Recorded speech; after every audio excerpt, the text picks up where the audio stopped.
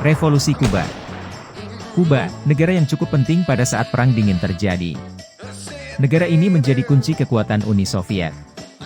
Selain itu, Kuba juga hampir menjadi pemantik perang nuklir global antara Amerika dan Uni Soviet.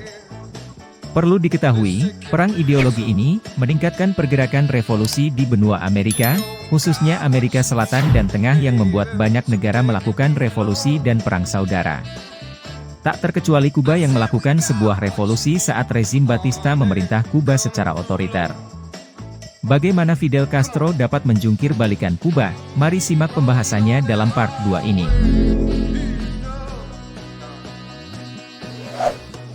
Revolusi Kuba terjadi pada saat kepemimpinan Fulgencio Batista. Juli 1952, Castro membentuk kelompok pergerakan, yaitu sebuah kelompok dengan sistem sel bawah tanah. Tugas utama kelompok ini menerbitkan surat kabar bawah tanah El Acusador, sang penuduh, dan juga mempersenjatai dan melatih pasukan anti-Batista. Mereka berhasil melakukan perekrutan 1.200 anggota dalam setahun. Kebanyakan anggota mereka dari kawasan-kawasan termiskin Havana. Saat itu, meskipun Castro adalah seorang sosialis revolusioner, ia tidak bersekutu dengan Partido Socialista Popular, PSP, yang berhaluan komunis, walaupun ia masih berhubungan dengan anggota-anggota PSP. 25 Juli 1953. Fidel Castro membuat rencana penyerbuan dengan meniru para pejuang kemerdekaan Kuba pada abad ke-19. Para militan Castro berencana untuk menyamar dengan mengenakan seragam angkatan darat dan melancarkan serangan ke barak Moncada yang terletak di luar kota Santiago de Cuba, Oriente. 26 Juli 1953 serangan itu dimulai. Total 165 orang melancarkan misi tersebut dan ia juga memerintahkan agar tidak menumpahkan darah kecuali jika mereka menghadapi perlawanan bersenjata. Namun sayang, dalam misi tersebut 3 dari 16 mobil yang dikerahkan dari Santiago tidak berhasil mencapai barak Moncada. 4 orang tewas sebelum Castro memerintahkan untuk mundur karena sebagian besar pemberontak tertahan di tanah akibat tembakan senapan mesin. Dan pada akhirnya di pihak pemberontak terdapat 6 orang yang gugur dan 15 yang terluka, sementara di pihak Angkatan Darat ada 19 yang tewas dan 27 yang terluka. Selain itu, beberapa pemberontak mengambil alih sebuah rumah sakit sipil. Tak berselang lama, pasukan pemerintah menyerbu rumah sakit dan berhasil menghukum mati 22 orang tanpa melalui proses pengadilan. Dengan ditemani oleh 19 orang, Castro berangkat ke Grand Piedra di pegunungan Sierra Maestra, dan di situ mereka dapat mendirikan sebuah pangkalan gerilya.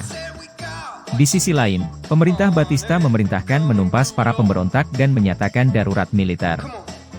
Mereka menyiarkan informasi palsu tentang peristiwa tersebut dengan mengklaim bahwa para pemberontak adalah kelompok komunis yang telah membunuh pasien-pasien rumah sakit. Akan tetapi, berita-berita dan foto-foto tindakan penyiksaan dan penghukuman mati yang dilakukan oleh para tentara di Oriente menyebar dan menimbulkan kecaman dari publik dan juga dari beberapa anggota pemerintahan. Dalam rentang waktu beberapa hari sesudahnya, para pemberontak berhasil dikumpulkan dan ditangkap. Saat menghadapi pengadilan, Castro menjadi pengacara untuk dirinya sendiri. Ia menyebut Martí sebagai dalang intelektual di balik serangan tersebut. Di dalam pengadilan akhirnya terbongkar, pengadilan mempermalukan Angkatan Darat karena tindakan penyiksaan yang mereka lakukan terhadap para tersangka. Pada 5 Oktober, sebagian besar terdakwa dinyatakan bebas, 55 orang dihukum penjara antara 7 bulan hingga 13 tahun. Namun Castro dijatuhi hukuman 15 tahun penjara di bagian rumah sakit di Presidio Modelo pada 16 Oktober. Pada saat di penjara, ia mengganti nama pergerakan tersebut dengan nama Gerakan 26 Juli untuk mengenang tanggal serangan Moncada. Selang beberapa waktu, Castro merasa tercengang setelah mendengar kabar mengenai istrinya yang mendapatkan pekerjaan di Kementerian Dalam Negeri. Dan ia menyatakan bahwa ia lebih baik mati 1000 kali ketimbang menderita akibat hinaan semacam itu. Akhirnya Fidel dan Mirta memutuskan untuk bercerai, tetapi Mirtalah yang mendapatkan hak asuh atas putra mereka. Hal ini membuat Castro murka, karena ia tak ingin putranya dibesarkan dalam lingkungan borjuis. Pada 1954, pemerintah Batista mengadakan pemilu presiden dengan calon tunggal Batista itu sendiri. Pada saat kongres tersebut, beberapa politikus merasa bahwa tindakan pengampunan kepada para pemberontak atau oposisi akan menghasilkan citra yang baik. Maka pada 15 Mei 1955 para tahanan pun dibebaskan. Namun pemerintah tetap memantau dan membatasi kegiatan-kegiatannya terutama Fidel Castro. Pada 1955, pemerintah mulai mengambil tindakan keras terhadap para pembangkang akibat terjadinya pengeboman dan demonstrasi yang menggunakan kekerasan. Sehingga Castro dan adiknya Raul serta rekan-rekannya melarikan diri dari Kuba dan pergi ke Meksiko agar tidak ditangkap kembali. Karena hubungannya yang baik dengan rekan-rekan media, Castro akhirnya mengirim surat kepada mereka agar para pendukungnya tahu bahwa meninggalkan Kuba karena semua pintu perjuangan secara damai telah tertutup untukku. Sebagai pengikut Martí, aku percaya bahwa telah tiba saatnya untuk merebut hak-hak kami dan bukannya mengemis kepada mereka, untuk berjuang dan bukannya memohon-mohon. Di sana mereka berteman dengan seorang dokter Argentina penganut Marxis-Leninis yang bernama Ernesto Che Guevara. Fidel sangat mengaguminya, dan kelak ia menggambarkan Che sebagai seorang revolusioner yang lebih maju ketimbang saya. Castro juga berhubungan dengan Alberto Bayo, yang bersedia mengajari orang-orang Castro kemampuan-kemampuan yang dibutuhkan dalam perang gerilya. Pada 25 November 1956, Castro menempuh perjalanan sejauh 1.900 km dengan berlayar dari Tuxpan, Veracruz, menuju Kuba bersama dengan 81 pengobar revolusi bersenjata. Rencana Castro sebelumnya adalah untuk mencapai Kuba dalam waktu 5 hari, namun, perjalanan Granma berlangsung selama 7 hari. Pada 2 Desember 1956, akhirnya Granma karam di daerah Rawa Bacau di Playa Las Coloradas, yang terletak tidak jauh dari Los Cayuelos. Castro dan rekan-rekannya harus melarikan diri ke pedalaman menuju kawasan pegunungan Sierra Maestra di Oriente, namun hanya ada 19 orang yang berhasil sampai di tujuan, karena sisanya dibunuh atau ditangkap selama perjalanan oleh pasukan pemerintah Batista. Orang-orang yang selamat adalah Castro bersaudara, Che Guevara, dan Camilo Cienfuegos. Castro membagi tentaranya menjadi 3, masing-masing dipimpin oleh dirinya, saudaranya, dan Guevara. 16 Februari 1957 ia bertemu dengan para anggota senior lainnya untuk membahas taktik. Di situ ia bertemu dengan Celia Sanchez, yang kelak akan menjadi teman dekatnya. Setelahnya kelompok-kelompok anti-Batista di berbagai wilayah di Kuba melakukan pengeboman dan sabotase. Pada Maret 1957, serangan gereja ke istana presiden mengalami kegagalan, dan selama serangan tersebut, Antonio mati tertembak dan Frank Pais juga tewas. Sehingga Fidel Castro menjadi satu-satunya pemimpin MR-26-7 yang tersisa. Di tahun yang sama ia bertemu dengan para pemimpin Partido Ortodoso, Raúl Chibas dan Felipe Pasos, dan mereka merumuskan Manifesto Sierra. Media Kuba saat itu dibungkam dan akhirnya Castro menghubungi media asing untuk menyebarkan pesannya. Pada musim semi 1958, para gerilyawan Castro meningkatkan serangan-serangan mereka ke pos-pos militer, sehingga pasukan pemerintah terpaksa mundur dari kawasan Sierra Maestra dan dapat menguasai sebuah rumah sakit, sekolah-sekolah, tempat percetakan, rumah jagal, pabrik ranjau, dan sebuah pabrik rokok.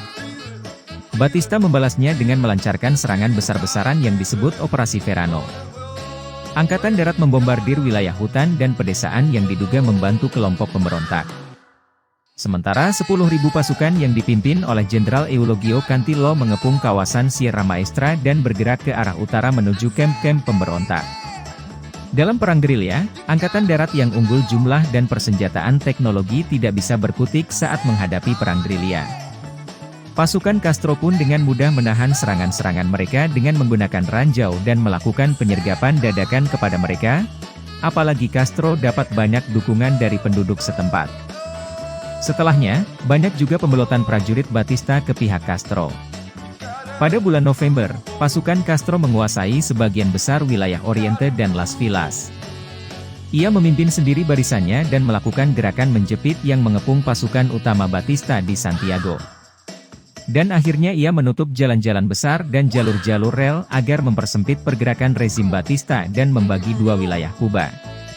Permainan politik AS yang takut akan kemungkinan besar Fidel Castro akhirnya menginstruksikan Cantillo untuk melengsarkan Batista.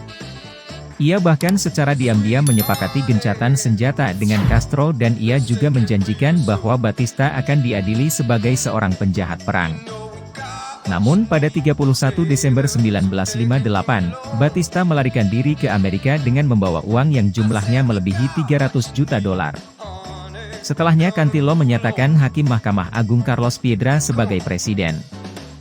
Keputusan itu membuat Castro murka dan memutuskan untuk mengakhiri gencatan senjata. Ia juga memerintahkan kepada prajurit anggota darat yang bersimpati dengan revolusi untuk menangkap Cantillo. 1 Januari 1959, Castro memperingati hari pelengseran rezim Batista, dan pada keesokan harinya Cienfuegos dan Guevara memimpin pasukan mereka ke Havana. Sementara Castro memasuki Santiago dan menyampaikan pidato yang menyebut soal perang kemerdekaan. Manuel Urrutia Leo seorang pengacara yang dipilih menjadi presiden sementara. Castro menyatakan dirinya sebagai perwakilan angkatan bersenjata pemberontak di bawah kepresidenan dan ia mendorong Urrutia untuk mengeluarkan larangan sementara terhadap partai-partai politik. Perlu diketahui, pada masa pemerintahan Batista, diperkirakan 20.000 orang telah terbunuh saat mereka berupaya memadamkan api revolusi. Tetapi daftar korban yang diterbitkan tak lama setelah revolusi hanya berisi 898 nama, dan lebih dari setengahnya adalah kombatan perang. Seruan-seruan semakin besar, antaranya agar orang-orang yang bertanggung jawab harus diseret ke meja hijau. Hal itu yang mengakibatkan ratusan orang mendapatkan hukuman mati. Namun para kritikus khususnya media AS menyatakan bahwa proses pengadilannya seringkali tidak dilaksanakan secara adil. Dan Castro menyatakan, pengadilan revolusioner tidak didasarkan pada aturan-aturan hukum, tetapi pada keyakinan moral. Pada 16 Februari 1959, Castro disumpah menjadi Perdana Menteri Kuba. Che Guevara yang menjadi Gubernur Bank Sentral dan kemudian juga diangkat sebagai Menteri Perindustrian. Dan mengangkat Osvaldo Dorticos yang berhaluan Marxis sebagai presiden setelah Urrutia dituntut menundurkan diri sebagai presiden oleh para pendukung Castro. Pemerintah Castro mengutamakan kebijakan-kebijakan sosial untuk meningkatkan standar hidup rakyat Kuba, walaupun kebijakan itu seringkali mengorbankan pertumbuhan ekonomi. Akan tetapi pemerintahannya sangat mementingkan pendidikan, dan selama 30 bulan pertama banyak sekolah-sekolah baru yang dibuka. Tak hanya itu, digratiskannya penyediaan layanan kesehatan serta diperluas jangkauannya hingga ke berbagai wilayah Kuba, dan lebih dari 800 rumah dibangun setiap bulannya. Uniknya Castro menggunakan radio dan televisi untuk melakukan dialog dengan rakyat. Setelahnya ia membina hubungan dengan beberapa negara yang berhaluan Marxis-Leninis. Pada September 1960, Castro mendatangi Majelis Umum Perserikatan Bangsa-Bangsa di New York City. Pemerintah Kuba mendirikan Komite Pertahanan Revolusi, KPR, sebuah organisasi sipil nasional yang melakukan aktivitas mata-mata untuk menemukan kegiatan-kegiatan kontrarevolusi. Dan pada Januari 1961, Castro memerintahkan kedutaan besar AS di Havana untuk mengurangi jumlah anggota stafnya yang mencapai 300 orang, ia menduga banyak dari mereka adalah mata-mata, namun AS menanggapinya dengan mengakhiri hubungan diplomatik. Karena kebijakan politik Castro yang tertutup, banyak orang-orang Kuba yang meninggalkan negaranya menuju Amerika. Dan kesempatan ini dimanfaatkan AS untuk menggunakan para imigran menggulingkan pemerintahan Castro. Peristiwa ini dikenal sebagai invasi Teluk Babi. Pada 15 April 1961, CIA meledakkan 3 pangkalan udara militer Kuba. Propaganda AS telah dimulai, ia menuduh pilot Angkatan Udara Kuba yang membelot sebagai dalang dari serangan tersebut. Tetapi Castro membongkar kebohongan klaim dari AS. Ia lalu memerintahkan penangkapan kepada orang yang dituduh kontrarevolusi. Di sisi lain, CIA dan Barisan Revolusioner Demokrat telah menempatkan Brigade Asalto 2506 yang berjumlah 1.400 tentara di Nicaragua. Pertempuran pun pecah, Brigade 2506 yang mendarat di Teluk Babi mendapatkan perlawanan dari milisi revolusioner setempat. Atas perintah Castro, Kapten Jose Ramon Fernandez melancarkan serangan balasan. Tetapi Castro kemudian memimpin pasukan secara langsung dan berhasil mengebom kapal-kapal milik para penyerang. 5 hari kemudian Brigade 2506 menyerah kepada Castro pada 20 April 1961. Invasi ini dengan cepat dapat digagalkan oleh Castro, dan Castro juga berhasil menyandera 1.000 lebih tawanan. Kekalahan Amerika ini menjadi tamparan yang sangat memalukan, karena AS harus menanggung biaya makanan dan obat-obatan seharga 53 juta dolar Amerika untuk ditukarkan dengan pembebasan tawanan. Kemenangan Castro ini bergaung di seluruh dunia, khususnya di Amerika Latin. Pada Desember 1961, Castro mengakui bahwa ia sudah menjadi seorang Marxis-Leninis selama bertahun-tahun, dan dalam deklarasi Havana keduanya, ia menyerukan agar Amerika Latin bangkit dan mengobarkan revolusi. Konflik di Kuba seperti invasi Teluk Babi menjadi contoh bahwa kawasan Amerika Latin menjadi tempat terjadinya perang dingin antara Amerika Serikat dan Uni Soviet karena Kuba akan cenderung berpihak pada Uni Soviet. Perlu diketahui, posisi Kuba pada saat Perang Dingin, hampir menjadi penyebab Perang Dunia Ketiga. Jadi, bagaimana menurut kalian perjuangan empat sekawan ini?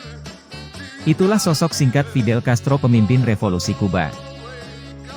Apabila ada kesalahan dalam pembahasan sejarah atau tidak sesuai dengan sejarah aslinya, kami mohon maaf, silahkan tinggalkan komentar, kita berdiskusi. Terima kasih.